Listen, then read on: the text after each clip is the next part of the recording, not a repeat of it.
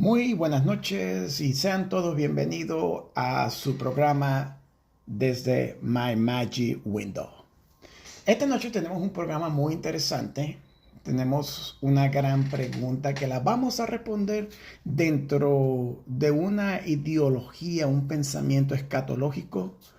La pregunta tiene que ver con los tiempos que vivimos hoy en día, esta guerra que se libra en Israel, Irán, Irán atacará a Israel, Israel atacará a Irán, ¿qué pasará con Siria, Irán, Irak? ¿Qué pasará con el Líbano? Pero vamos a entenderlo desde una perspectiva escatológica profunda en la Biblia. Para esto traemos de nuevo al nuestro escatólogo, el ingeniero José Gota, que con gran conocimiento nos va a expresar las respuestas acerca de estas gran incógnitas de qué se va a presentar en el futuro. Les recomiendo, número uno, agarren su papel, su lápiz, anoten cada detalle que él va diciendo, consiga su Biblia, sígalo con la Biblia, trate de conseguir el versículo, el capítulo, para que puedan entender y expandir su conocimiento respecto a los puntos escatológicos que estamos viviendo hoy en día. Ahora les deseo que disfruten el video y si tienen alguna pregunta, por favor, déjenla en el comentario, que con mucho gusto le vamos a responder dentro del comentario o haremos un video para responder su pregunta. Ahora los dejo y espero que disfruten el video. Muchas gracias. Hoy 8 de octubre de 2024 tenemos el honor de presentar otra entrevista con el ingeniero José Gota. Ingeniero, con las posibles alianzas entre Irán, Siria e Irak en contra de Israel, ¿cómo se puede interpretar esta situación desde una perspectiva escatológica? ¿Qué relación tiene con las profecías del Antiguo y Nuevo Testamento? Ok, bueno, excelente pregunta. Hay que profundizar un poco. Con respecto a estos tres países, es necesario, en primera instancia, analizar lo señalado en Daniel capítulo 2 y en Daniel capítulo 7. Cuando nosotros observamos a Daniel o leemos Daniel capítulo 2, el versículo 32 en adelante, observamos que esta profecía que la daba Daniel siendo un muchacho, apenas un joven, que fue el sueño que tuvo Faraón. Vemos que el sueño era de que se veía una estatua. Faraón había soñado con una estatua de oro, que la cabeza era de oro fino, que su pecho y los brazos eran de plata, que su vientre y los muslos eran de bronce, y de que sus piernas eran de hierro, y los pies eran de hierro y en parte de barro cocido. Cuando se da la interpretación de ese sueño, vemos que cuando lo da Daniel, le dice a Nabucodonosor de que la cabeza, que era de oro, representaba su imperio, era su imperio, pero es decir, el imperio babilónico. Y después vendría el pecho y los brazos, que eran de plata, representaba el imperio medo-persa. Después tenemos el vientre y el muslo, que era de bronce y que representaba el imperio griego. Ya iniciamos entonces desde aquí de una vez para ir despejando lo que significa el imperio persa. El imperio persa estaba intrínseco allí, era Irak. Ok, cuando vemos la cabeza de oro, representa entonces Irak. Cuando vemos la cabeza, la parte del pecho y los brazos, era el imperio medo-persa, que representa Irán. Y cuando veamos el muslo y el bronce, el muslo de bronce, vientre de bronce, eso era el imperio griego. El imperio griego representado en ese momento en Siria.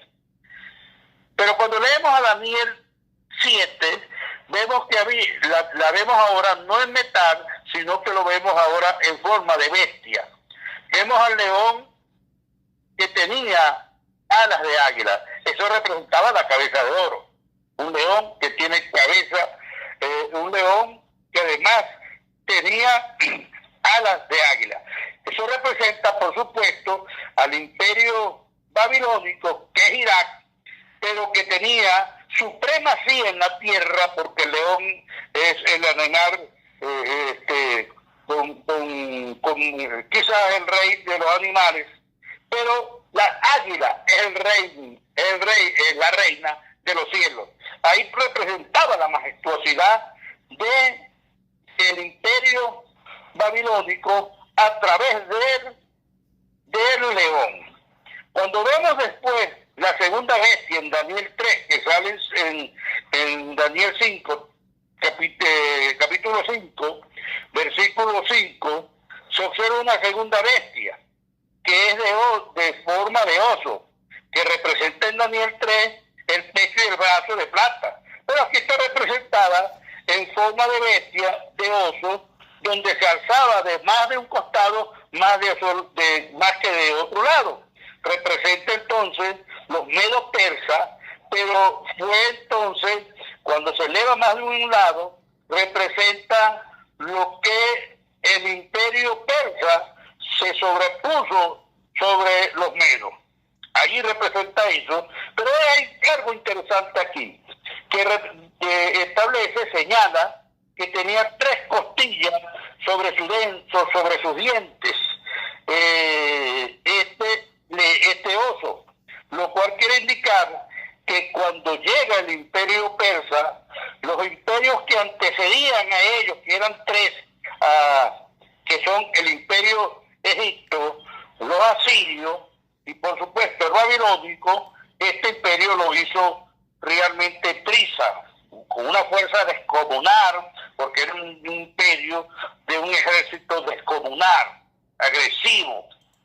Pero llega entonces, y el tercer imperio viene representado por Alejandro Magno, y está representado por un leopardo y 4 alas.